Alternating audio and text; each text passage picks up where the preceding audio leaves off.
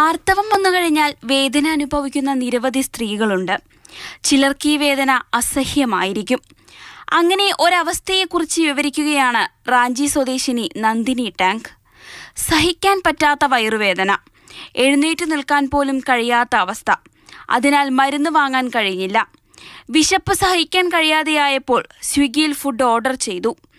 ഭക്ഷണവുമായി വന്ന ഡെലിവറി ബോയിയോട് മരുന്ന് വാങ്ങുമോ എന്ന് ചോദിച്ചു. ഡെലിവറി ബോയ് മരുന്ന് വാങ്ങി നൽകി. നല്ല മനസ്സുള്ളവൻ. അങ്ങനെയായിരുന്നു നന്ദിനിയുടെ വിവരണം. മനുഷ്യരിലും ലോകത്തിലുമുള്ള നമ്മുടെ വിശ്വാസം നഷ്ടപ്പെട്ടുകൊണ്ടിരിക്കുന്ന കാലത്താണ് ഇങ്ങനെയൊരു മനസ്സ്. നിരവധി പേരാണ് നന്ദിനിയുടെ പോസ്റ്റിന് കമന്റുകളുമായി എത്തുന്നത്.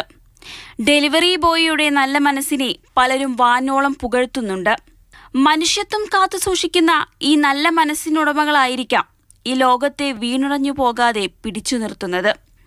ആ നന്മയും കരുണയും എന്നും നിലനിൽക്കട്ടെ. News desk, Mathrubhumi news. Anusree ഉണ്ട് കൂടെ. Good morning Anusree. അനുശ്രീ, നമ്മുടെ ഒരു പ്രത്യേകതയുണ്ട്. നല്ലത് എവിടെ കണ്ടാലും നമ്മൾ മാതൃഭൂമി ന്യൂസിലൂടെ നമ്മുടെ ഈ തത്സമയ റിപ്പോർട്ടറിലൂടെയൊക്കെ പറയാറുണ്ട്. അപ്പോൾ ഈ സ്വിഗ്ഗിയിൽ ജോലി ചെയ്യുന്ന ഡെലിവറി ബോയുടെ ഈ നല്ല മനസ്സ് ലോകം മുഴുവനും അംഗീകരിക്കുമെന്നുള്ള കാര്യത്തിൽ യാതൊരു സംശയവുമില്ല. അത്രയും നല്ല മനസ്സുള്ള ഏത് മനുഷ്യനായാലും, അതിൻ്റെ സ്വിഗ്ഗിയിലെ ഡെലിവറി ബോയ് അല്ല ആരായാലും. അപ്പോൾ അനുശ്രീക്കും അത്തരത്തിൽ നല്ല മനസ്സുള്ളൊരു മനുഷ്യനാണ് എന്നെനിക്കറിയാം. അനുശ്രീ, എന്താണ് ഈ സുഹൃത്തിൻ്റെ പേരോ മറ്റോ നമുക്കറിയോ? എവിടുത്തുകാരനാണ്? Good morning Moti. വളരെ നല്ലൊരു വാർത്തയാണ്. കാരണം ഈ മനുഷ്യത്വമൊക്കെ നശിച്ചു പോയിരിക്കുന്ന അല്ലെങ്കിൽ അതിക്രൂരമായ കുറേ കാര്യങ്ങളൊക്കെ നമ്മൾ അറിഞ്ഞുകൊണ്ടിരിക്കുമ്പോൾ സന്തോഷിപ്പിക്കുന്ന ഒരു വാർത്തയാണ് ഇപ്പം നമുക്ക് വന്നിരിക്കുന്നത്. അല്ലെങ്കിൽ നേരത്തെ മോത്തി പറഞ്ഞതുപോലെ തന്നെ നമ്മളല്ലെങ്കിലും ഈ നല്ല നല്ല വാർത്തകളൊക്കെ ഇങ്ങനെ കൊടുക്കുന്നതിൻ്റെ ഒരു കാരണം സുപ്രഭാതം എപ്പോഴും സന്തോഷകരമായിരിക്കണം എന്നുള്ളത് കൊണ്ട് തന്നെയാണ്.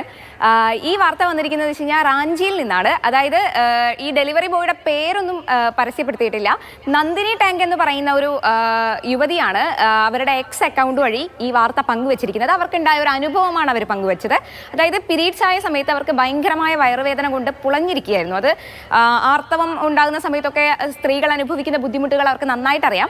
ആ ഒരു സമയത്ത് ഈ പുള്ളിക്കാരിക്ക് ഭക്ഷണം വരെ ഉണ്ടാക്കാൻ കഴിഞ്ഞില്ല. അതുകൊണ്ട് തന്നെ അവർ ഭക്ഷണം ഓർഡർ ചെയ്തു സ്വിഗ്ഗിയിൽ.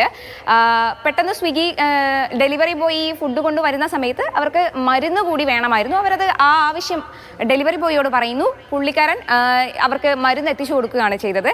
അതായത് ഒരു പ്രതിസന്ധി വരുമ്പോൾ നമ്മളെ ആര് സഹായിക്കുന്നുവോ അവരെയാണ് ദൈവം എന്ന് വിളിക്കേണ്ടത് എന്നാണ് എനിക്ക് തോന്നുന്നത്.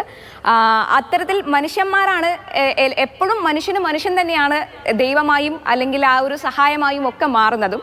അത്തരത്തിൽ മനുഷ്യൻ സഹായിച്ചൊരു വാർത്ത, വലിയ അത്ഭുതമൊന്നും ഉണ്ടാകേണ്ട. പക്ഷേ ഈ ലോകത്ത് അതിക്രൂരമായ വാർത്തകൾ വരുന്നൊരു സമയത്ത് ഇതൊരു പ്രധാനപ്പെട്ട വാർത്തയായി മാറുന്നു എന്നുള്ളതാണ് പ്രശ്നം. നമ്മൾ ആ പഴയ കാലത്തിലേക്ക് തിരിച്ചു പോകുന്നു. ആ മനുഷ്യന്മാരുടെ ഇടങ്ങളിലേക്ക് തിരിച്ചു പോകുന്നു. സ്നേഹമുള്ളവരുടെ ഇടങ്ങളിലേക്ക് തിരിച്ചു പോകുന്നു. അതാണ് ഏറ്റവും അത്യാവശ്യവും. ആർക്കും ഉപദ്രവമായിട്ടില്ലെങ്കിലും എന്നും എന്താ പറയുക, സന്തോഷം നൽകുന്ന അല്ലെങ്കിൽ ആൾക്കാരെ പരസ്പരം സഹായിക്കുന്ന ഒരു വാർത്തയായിട്ടാണ്